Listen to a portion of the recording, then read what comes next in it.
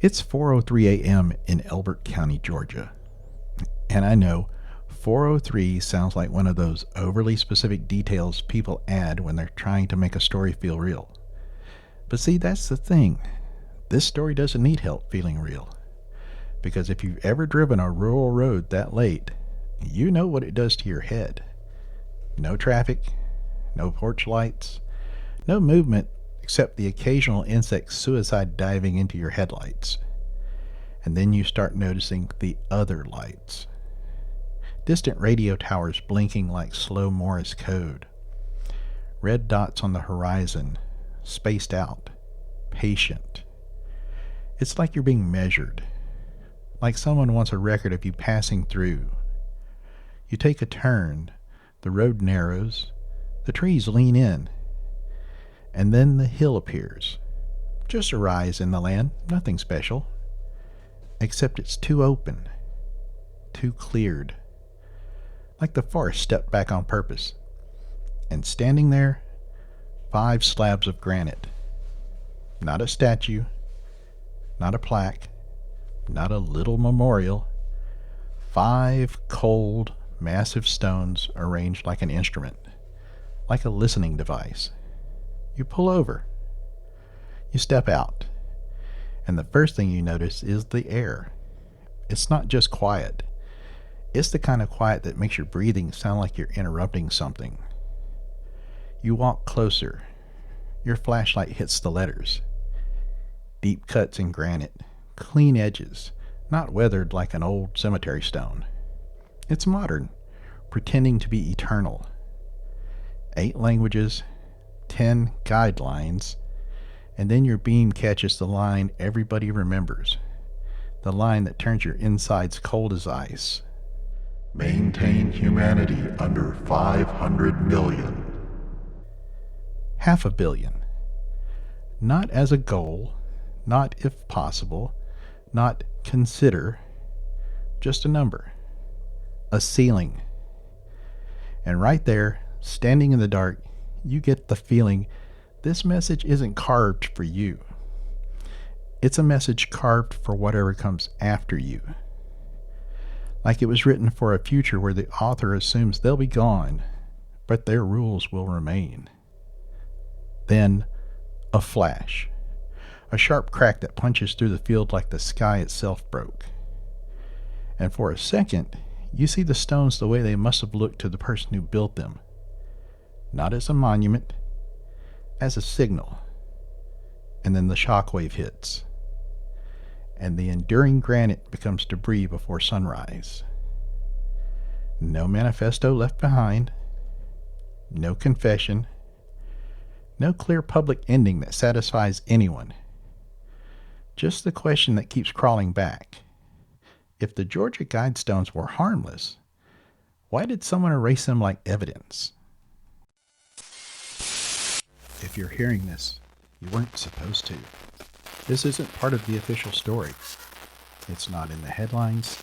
It's not in the reports. But it exists in fragments, in whispers, in the spaces between what we're told and what's actually true. And once you start listening, really listening, you begin to notice something. The story doesn't quite line up. This is the Tinfoil Diaries. Welcome back to the Tinfoil Diaries, where the paper trail curls at the edges and the truth keeps slipping out through the cracks. I'm your host, and tonight's entry is titled Commandments in Granite, the Georgia Guidestones. A monument commissioned by an unknown hand, written like a constitution for a world that hasn't happened yet, loved by some, hated by others, and finally destroyed in a pre-dawn blast that turned mystery into myth. Here's how we're doing this.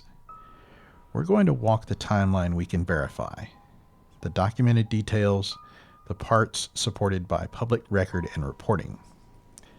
And then we'll step into the theories, carefully labeling them for what they are: interpretations, fears, and folklore built around a real object. Because this isn't just about granite, it's about authority, It's about who gets to write the rules and what happens when the rest of us find out the rules were written without us.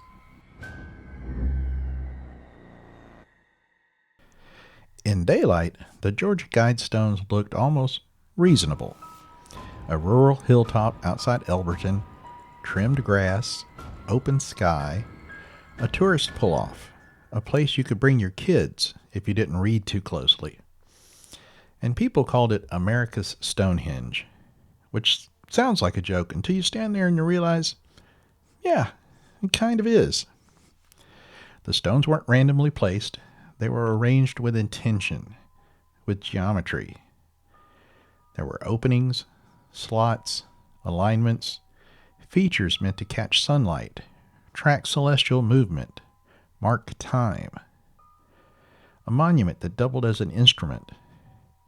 And that's your first hint that this wasn't created casually, because the Guidestones didn't just sit on the hill.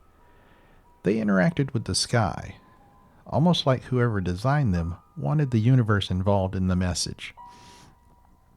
Then you read what's carved into them. 8 modern languages engraved across the upright slabs.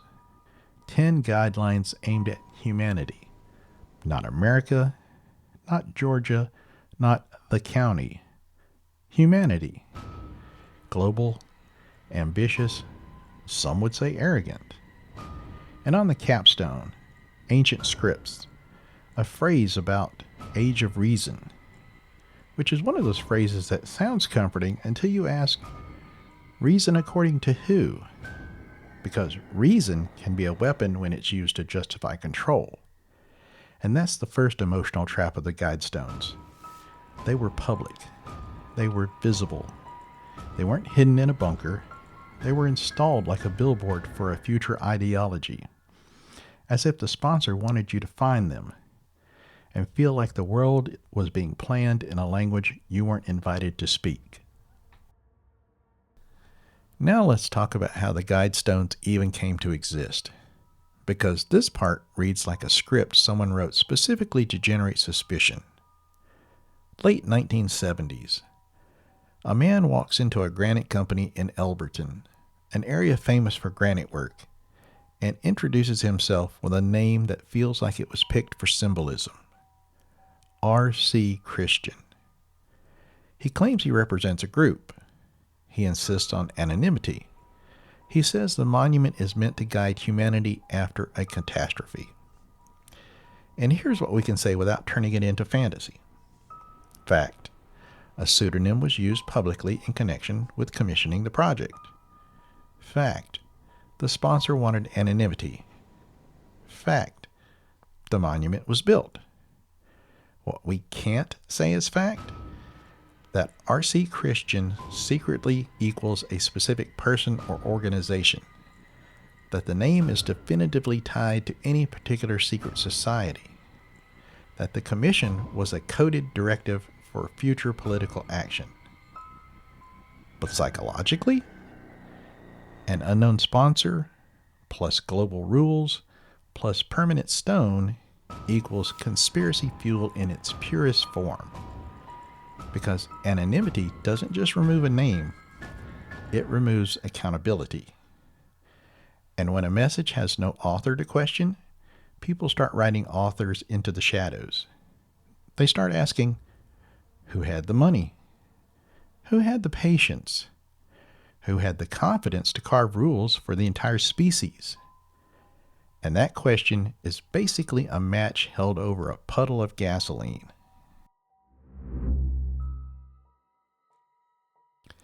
All right, let's tighten the lens. The Georgia Guidestones were unveiled in 1980 and stood for decades until 2022. They were roughly 19 feet tall, multiple granite slabs with a capstone. They featured inscriptions in 8 modern languages, presenting 10 guidelines. They also included astronomical alignments, features that functioned like a calendar/sundial style installation tied to celestial observations. There was an explanatory tablet at the site that mentioned a time capsule. But after the destruction, Excavating and reporting did not confirm a time capsule in a way that ended the rumor. So it stays in that annoying limbo where people can argue forever. Now the content. Here's the tricky thing. The 10 guidelines cover a range of ideas. Some sound like conservation. Some sound like governance. Some sound like moral philosophy. But there's a single sentence that hijacked the entire monument. Maintain humanity under 500 million. That line became the monument. To supporters, it could be read as sustainability, keeping the population at a level that the planet can support. To critics, it sounded like something else entirely. Depopulation. A policy. A plan. A threat. And I'm not saying it was written as a threat. I'm saying it lands like a threat when you don't trust the kinds of people who have the power to shape the world. Words don't exist in a vacuum. They exist inside the listener. And for decades, that one carved number turned a quiet hilltop into a cultural argument that never stopped. Before the explosion, the Guidestones were already living in a storm. You had visitors treating it like a curiosity. You had tourists taking photos. You had conspiracy communities framing it as a manifesto. You had critics, often religious conservatives, calling it satanic, anti-human, anti-God. And you had defenders calling it art, philosophy, or a warning about environmental collapse. Now here's where it gets interesting. The Guidestones weren't just controversial because of what they said. They were controversial because of how they spoke. They didn't ask. They instructed. They didn't debate. They declared. And when you carve declarations into granite, you create a particular kind of resentment. Because it feels like the author is above you. It feels like someone is standing over humanity like a parent over a child, writing the rules for what comes next. Over time, the site reportedly saw acts of vandalism, graffiti, and defacement. People trying to answer the stones. And that matters, because it shows that the monument wasn't just being observed, it was being fought with. It had become a symbolic battleground, not because granite has magic, but because humans turn symbols into weapons. And in America especially, you don't have to tell people what to do twice before they start asking, who gave you the right? Now we arrive at the moment the monument stops being a location and becomes a ghost. July 6, 2022, pre-dawn. An explosive device damages the Guidestones. Authorities move quickly. The remaining structure is demolished for safety. Investigators release incident details, including surveillance video capturing the blast and a vehicle leaving the scene. No injuries, no clean public resolution that shuts everyone up. And the speed of the demolition? Again, I get it from a safety standpoint, but emotionally, symbolically, it looked like deletion, like someone hit clear history on their browser. And the internet does not handle clear history calmly. Because here's what destruction does. It removes context. It turns the object into a story you can't verify with your own eyes. And that makes the story stronger, not weaker. Because now, if you want to see the Guidestones, you don't go to Elbert County. You go online. You see the inscription through screenshots, through edits, through images with captions that tell you what to believe. And that's dangerous, because a monument you can stand next to is limited by reality. A monument that exists in digital fragments can be reshaped endlessly. Now, what are we allowed to say as fact? The explosion happened on July 6, 2022. The monument was damaged and then demolished for safety. Investigators publicly noted surveillance footage and a vehicle leaving. What are we not allowed to do? We can't name a perpetrator without confirmed public proof. We can't claim a motive as fact. We can't say it was done by a specific group because it feels like it could be. But we can talk about the psychological impact. And the psychological impact was this. The moment the stones became rubble, the question changed. It stopped being, what does this mean? And became, why didn't it get to stay? Because if something is truly meaningless, people usually don't risk going to prison to destroy it.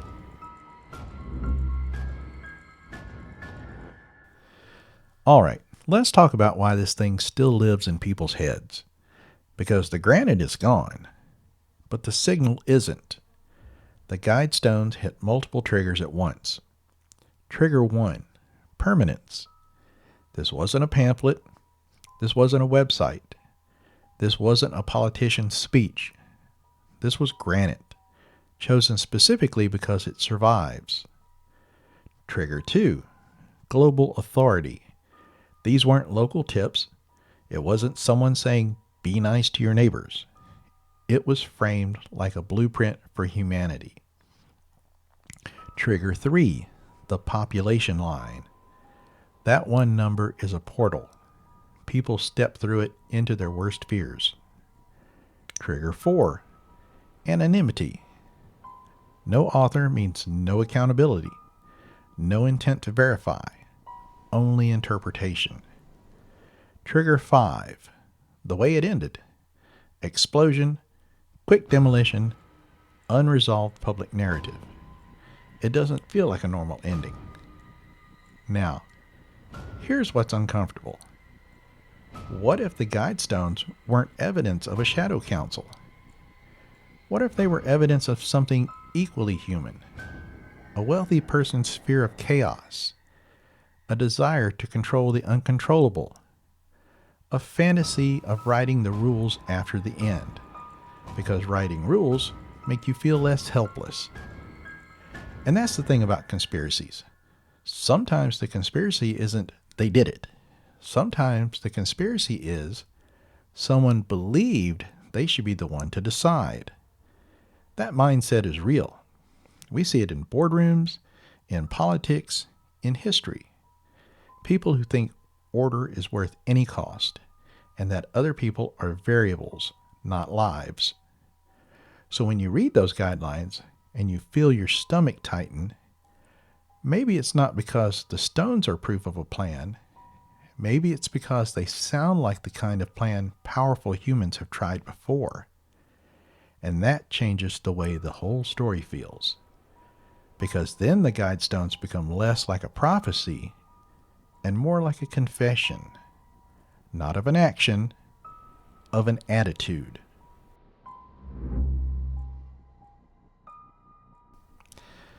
So here's what holds up. The Georgia Guidestones were a granite monument unveiled in 1980, commissioned by an anonymous sponsor using the name R.C. Christian, and engraved with 10 guidelines in multiple languages, featuring a population target that became the lightning rod. On January 6, 2022, an explosive device damaged the monument, and the rest was demolished for safety. Investigators released incident details, including surveillance footage of the blast and a vehicle leaving. That's the factual spine to this narrative. Now the boundary line.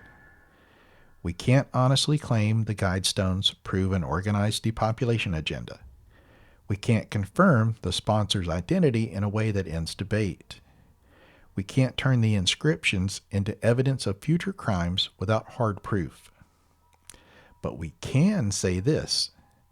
The Guidestones became a monument to a fear. The fear that someone, somewhere, believes they can write the rules for humanity, and that when the world breaks, they'll be the ones holding the pen. Maybe that's why people hated them. Not because they predicted the future, because they implied the future was already being drafted. If you ever stood on that hill, you know the feeling.